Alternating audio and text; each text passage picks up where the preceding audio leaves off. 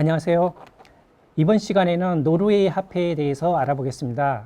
화폐에는 그 나라 문화와 역사가 담겨져 있다고 하는데요. 노르웨이 화폐에도 그 나라의 문화와 역사가 많이 담겨져 있는데요. 1905년도에 스웨덴으로 독립한 노르웨이 같은 경우는 독립 이후에 한 6번 정도의 화폐를 발행했습니다. 그래서 이번 시간에 여러분께 94년부터 발행돼서 2017년까지 발행된 화폐를 소개하겠습니다.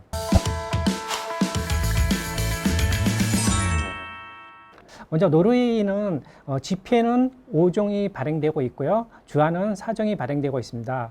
지폐 같은 경우는 50크론에, 100크론에, 200크론에, 500크론에, 1000크론에가 있고, 주화 같은 경우는 1크론에, 5크론에, 10크론에, 20크론에가 사용되고 있습니다. 1000크론의 화폐 인물은 여러분이 잘 아시는 하가 뭉크입니다. 뭉크 하시면 아마 절규를 떠올리실 겁니다. 근데 뭉크의 작품이 1000크론에는 들어가 있지 않고요. 1000크론에는 다른 그림이 있습니다. 그러면 1000크론에 이조 방지 장치가 어떤 것들이 들어가 있는지 한번 살펴보겠습니다. 먼저 이제 미세 문자가 있는데요. 미세하게 학대경으로 보면 미세 문자가 있고, 우리가 자외선을 비춰보면 붓이 그려져 있습니다. 아마도 뭉크가 하가이기 때문에 자외선을 비치면 붓이 보여지는 것 같습니다.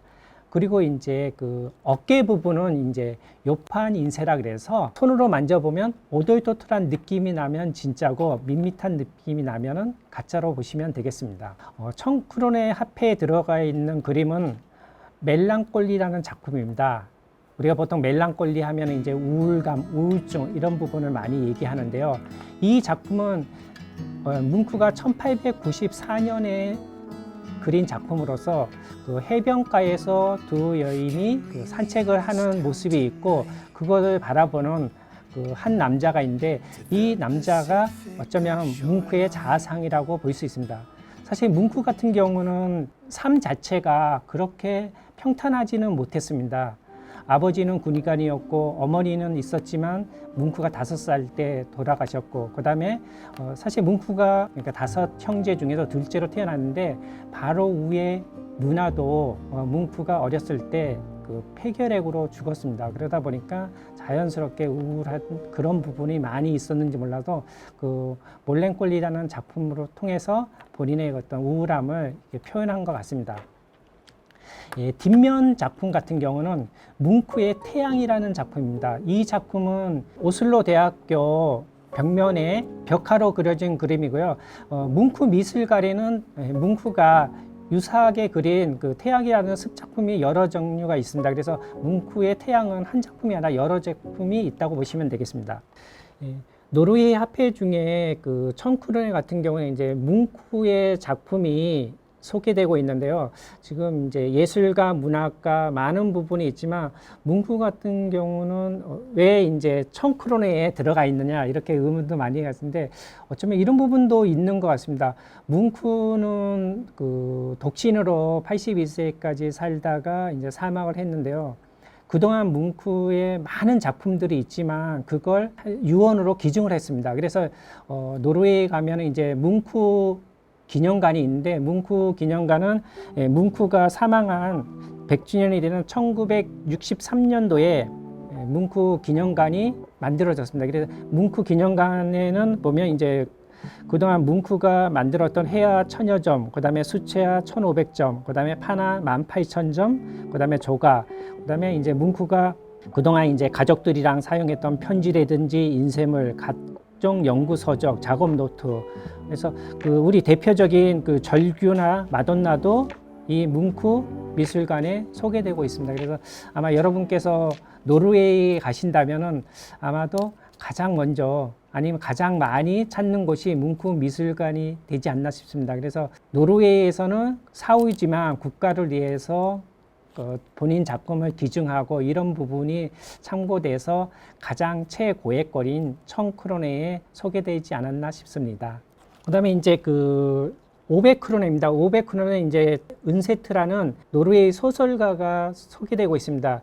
은센트 같은 경우는 그 1928년도에 노벨 문학상을 수상한 작가이기도 합니다. 그래서 주로 이제 단편 소설보다는 3부작, 4부작 하는 대작을 많이 쓴 작가로 보시면 되겠습니다.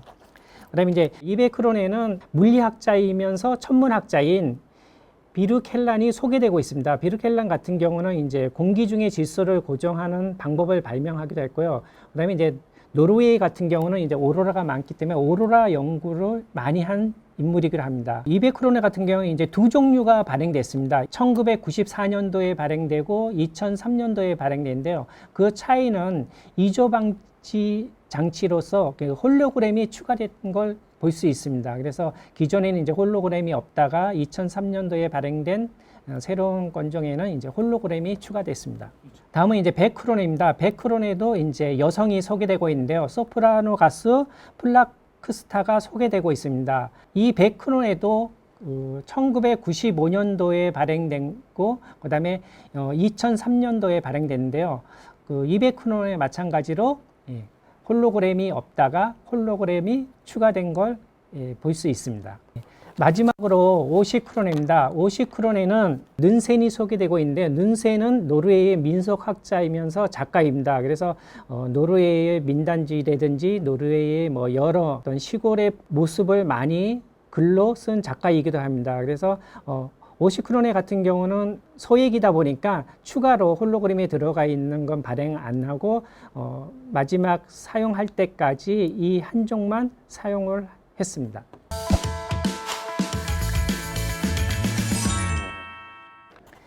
예, 지금까지 1994년부터 2017년까지 발행된 노르웨이 화폐에 대해서 알아봤습니다. 다음 시간에는 2017년 이후에 발행된 노르웨이 화폐에 대해서 알아보겠습니다. 감사합니다.